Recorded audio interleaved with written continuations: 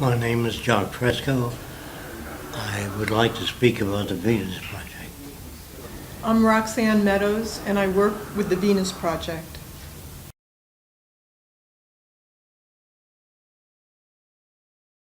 The Venus Project is an attempt to bring all nations together so we put an end to war, poverty, hunger, unemployment throughout the world. It's a new system, has nothing in common with any of the old systems, communism, socialism, fascism, or free enterprise. It's brand new.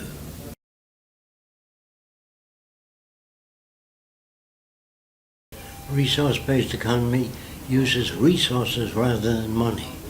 If you don't understand what that means, if people were stranded on an island with lots of money, and the island had no water, no fish, no arable land, you have nothing. Resource-based economy uses resources rather than money, and it declares all the Earth's resources as the common heritage of all the world's people. It will remove all the artificial boundaries that separate people and bring the world together to solve problems in resource management, the environment, and human beings, to do away with war, poverty, hunger, unemployment. There is a way of doing that. The resource-based economy does not use money, barter, credit, or servitude or of any kind, nor taxation. We make goods and services available to everyone.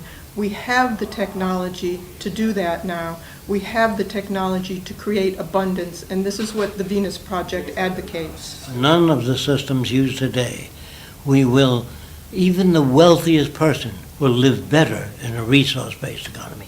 We don't want to kill anybody or hurt anybody. There are no armies, no navies, no police.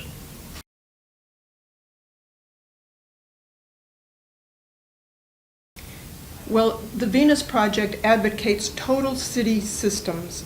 The cities that we live in today are chaotic, a tremendous waste of resources, and really detrimental to people's health. So the Venus Project proposes new total city systems that are clean, efficient, energy resource conserving, and eventually we feel that we will build these cities and people will move into them, and we demolish many of the old cities and mine them for the resources that they have, and of course keep many of the old buildings as monuments or museum cities.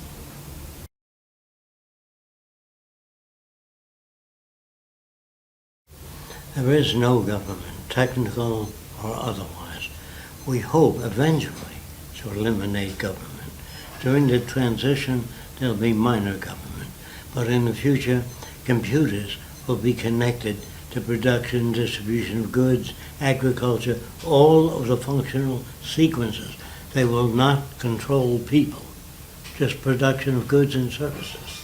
The government will be completely automated, and that means, if you don't understand what that means, the Department of Agriculture will have its electrical tentacles into the soil, and if the water table drops, that will pump water out there. If nutrients drop, it'll pump nutrients out there. You don't need people anymore. In the old days, you needed people to operate the elevators. Now they're gone. You used to have an iceman to bring ice. They're gone. We hope to phase out government because all attempts made at government have failed in the world today. Communism, socialism, free enterprise, fascism, all of them insufficient. We want to use the methods of science in government and how that applies to a social system. You know, scientists today are given problems and they solve them better than most systems that we have, primitive belief systems or politics or religion. So we feel not scientists running things, but how you distribute goods and services, how to build bridges, how to make clean, efficient energy. Those are all scientific problems.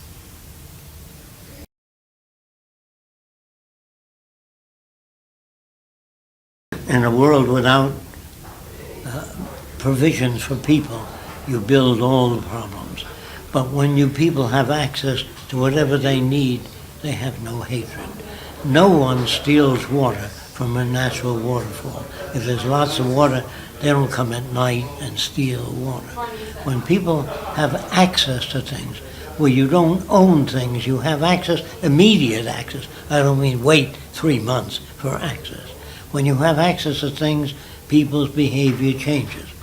If you don't understand that, if it rained gold for 2 days, people would bring it in the house, fill all the drawers, the cellar, the attic. But if it kept raining gold for a year, they'd sweep it out of the house. So value is based on scarcity. Goods and services will be developed by those who are working cooperatively to make this happen. Today we have individual industries that are all fighting for one another for competitive gain. In the future, a system without money, they would work together, and all the brightest minds in that area can work on putting out efficient transportation or food that can be delivered to different parts of the world where most efficiently with all the nutrients in it during the transition before they can make things locally, before the cities are built. So you could extrude food and cut it up and then package it in biodegradable packages. So people will be working in all areas to make, because everybody needs the same thing: clean air, clean water, food, and a relevant education. So distribution will be done by those who are more knowledgeable in the fields and services.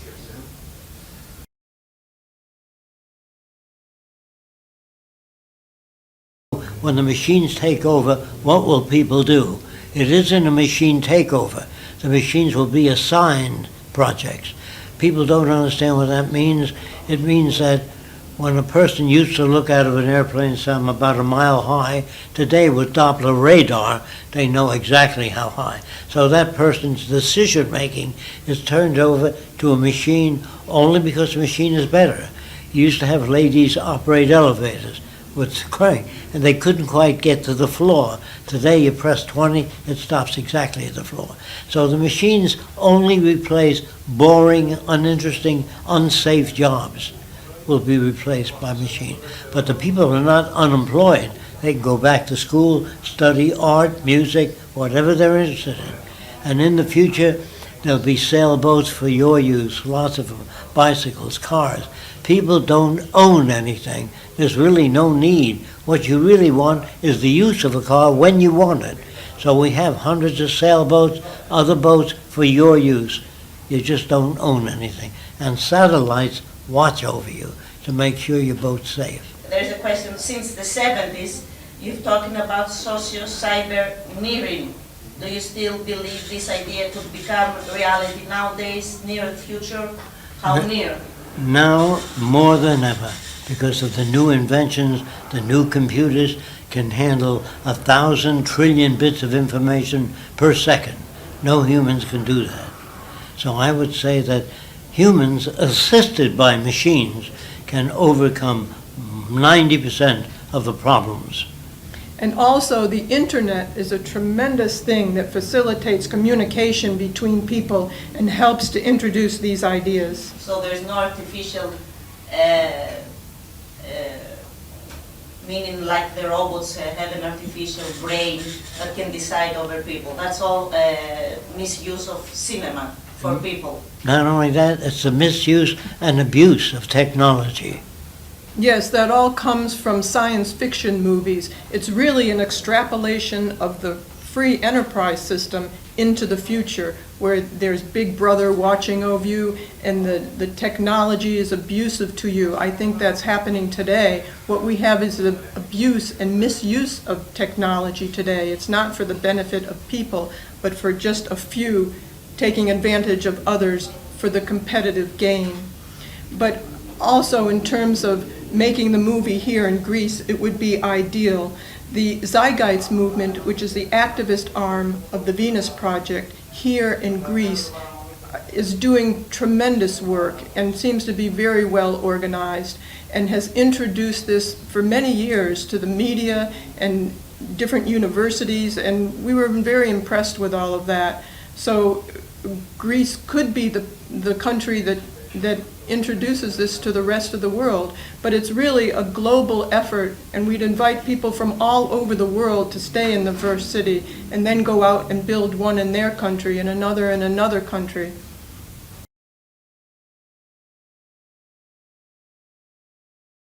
Is it a real obstacle to the effort of developing the Venus project in society? The only obstacle are those we impose upon ourselves. Humans can accomplish anything if they're permitted to do so. When we blockaded the Germans from getting rubber, they invented synthetic rubber.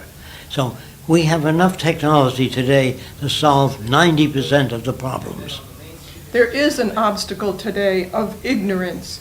People are trying to freeze things as they are. Those people who have differential advantage over others, they find a system that works for them and they try and freeze it.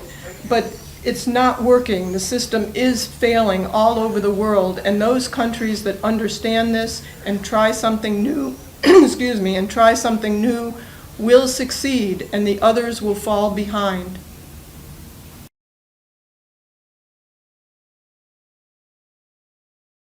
As you said, rich people can live better in a resource-based economy because they have all the possibilities and nothing to lose. Or not only that, but heart disease, cancer, tornadoes, hurricanes, tsunamis, these are problems to all nations. That's what we work on, not killing other people. And of course, a heart disease does not discriminate a poor person from a wealthy person. They all need the same amount of food. We make it available. Yes, and as long as there are poor people and some rich people, there are threats of breaking into somebody's home who has more. If somebody travels in the best car and can afford that, those people who can't and can't afford a brake job, then the wealthy people and those who have better cars are threatened when they collide. And how do we approach these people that have the power? You can't approach them until they lose their factories, until unemployment is excessively high. Then you can approach them. Right now, nobody cares, as long as everything is still getting by. But when the banks fail, the money system fails, they'll be looking for new ideas, and they will cooperate, because there's no other alternative. Even fascism won't work anymore, because you have to pay armies. If you don't have taxes or money, you can't pay armies. You can't pay politicians. I think our main hope is to expose other people to this direction, and now is the appropriate time to do it.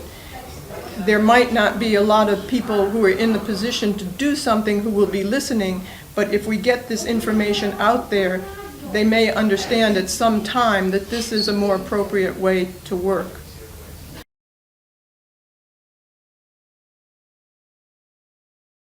Communism uses money. It has armies, navies, prisons, police, politics, and social stratification. We don't have any of that. Communism is for the labor class. We are for the labor class in terms of wanting to automate as quickly as possible and free them to go back to school and doing other things that they want to do. If we fail to take on the responsibility for our own future, others will do our thinking for us. It's called fascism. The plan is to put this out so people understand it. When more people understand it, the transition from the money system to the resource-based economy will be smoother.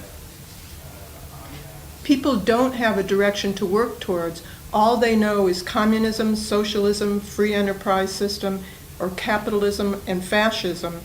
This is entirely different than anything that's been put forth today. So we'd like to do a major motion picture to introduce this to the general public, to show what's missing in society, what they could have. We'd like to show in the film what the future could be in a resource-based economy, and then flashbacks of how we get from here to there to help answer questions for people.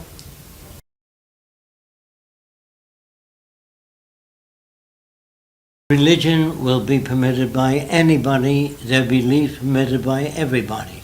But on the radio on Sunday, there'll be all religions, whatever people believe and what they don't believe.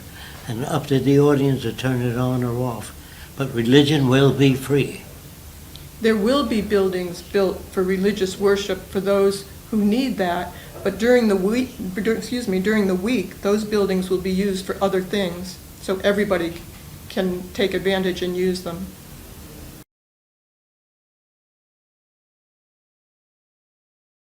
Our Prime Minister declared Greece Denmark of the South. That is his dream. But it seems there is no public money left for investment on this resource-based economy for Greece. Could there be any solution during the crisis as we move to the transition plan, the new model of green development, without needing money from abroad? Because now everything is bought and we have a servitude to foreign money. You're right, very much so. I think that some industrialists realize that our society is undergoing change, and they may finance the new development of an experimental city. It could be public financing, private financing of a new city to test out the new system. And if it works, it'll be to influence all the other countries surrounding this area. We talked again about Greece becoming the model of resource-based economy. And you believe that we can start something great from here? Yes, you can. It could be an example to the world.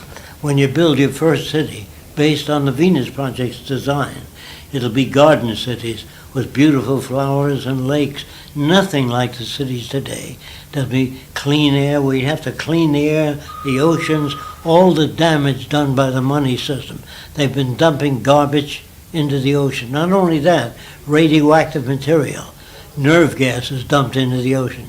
Ships clean out their bilge and oil into the oceans. We have to clean all that up. That's the biggest job of the filth created by the system of greed and personal gain. That's why maybe it is easier to start it in an island, self-sufficient, than in a city in Greece. That's why the island of Estratis is easier to start it there, because there's nothing there. We can start it from zero ground. Right, and other people can come and visit it and see what it is we have in mind. And if they like living there and they see the benefits of it, they will advocate that all over the world. So it is very important that this island already has built an academy which wants to become the first renewable energy academy and research center. So we have that already in the island. Yes, and we see it if we can build a first city, and it would be also a research center there, and then we would share the developments with the country that is hosting us. So there would be tremendous advantage for that particular country. So this link with the university, with the research teams is very important. These are the people that will help us do the breakthrough in the society. Exactly that. You're right.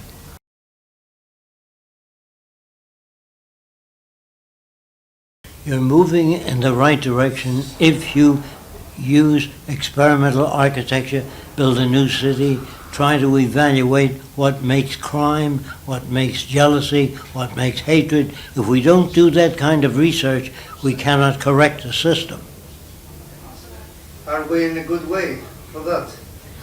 Right now you're safe, but if you wait too long and keep polluting the air and the cars are more and more crowded, then you can arrive at a position of no return, and that's dangerous.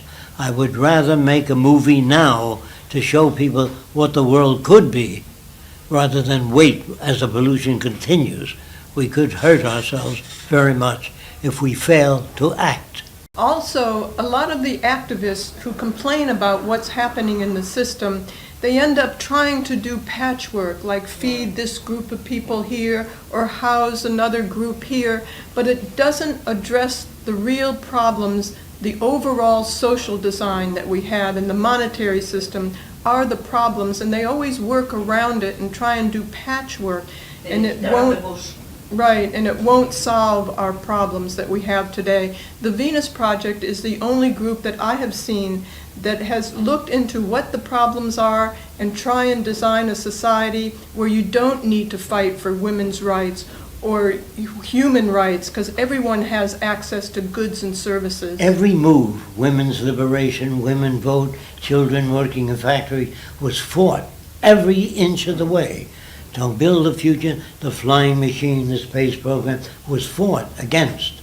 So every new idea has to be progressively great, but an informed public is the best thing you can have. We don't order people to do anything. We build a world in which people grow up well educated. Children are given fairy tales, Mickey Mouse Club, all this bull. And what we have to do, children are curious about everything. They want to know what makes a traffic jam, what keeps the moon up there. So we can teach children real things. They don't need the big bear and the 3 little bears. They don't need that stuff. They need knowledge.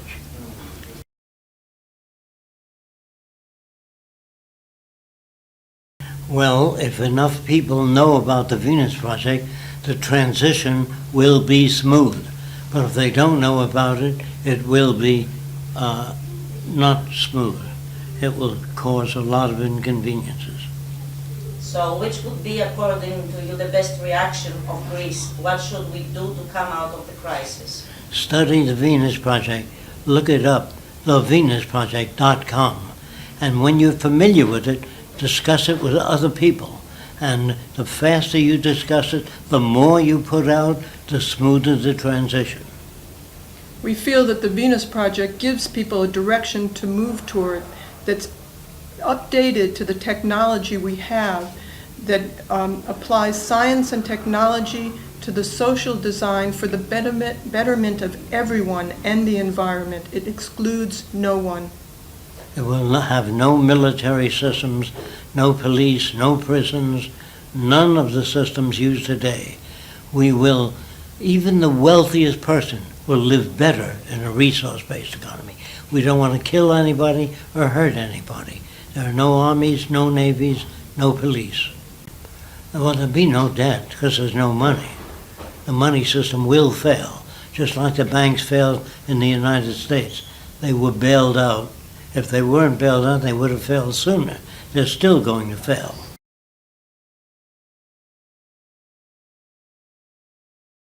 Would you call yourself a socio-political utopian? No, because to me, there's no utopia. If whatever city you design today will be surpassed in the future. There are no final frontiers. If you don't understand that, your laptop 5 years from now will be smaller, lighter, faster. But never can anyone design the best, always transitional.